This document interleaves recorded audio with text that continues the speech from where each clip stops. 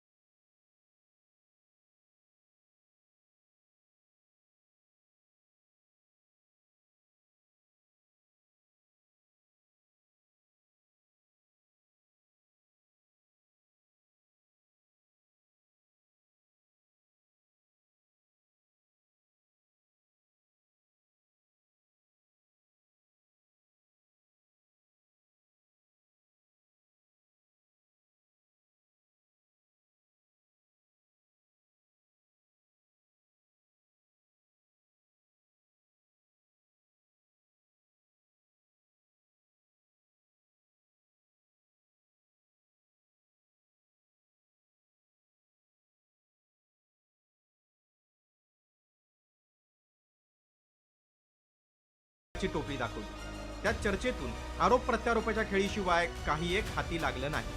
भाजप सोबत राहायचं की महाविकास आघाडी सोबतच घरोबा करायचा, असे अनेक प्रश्न या निमित्तानं निर्माण झाले।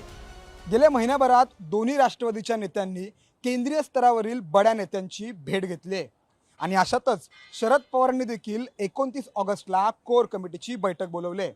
त्यामुळे आता दोन्ही राष्ट्रवादीच्या विलीनीकरणावर शिक्कामोर्तब होणार की मग फक्त राजकीय वर्तुळात चर्चा रंगत राहणार याची उत्सुकता लागली। सूरज मसूरकर, साम टीव्ही, मुंबई।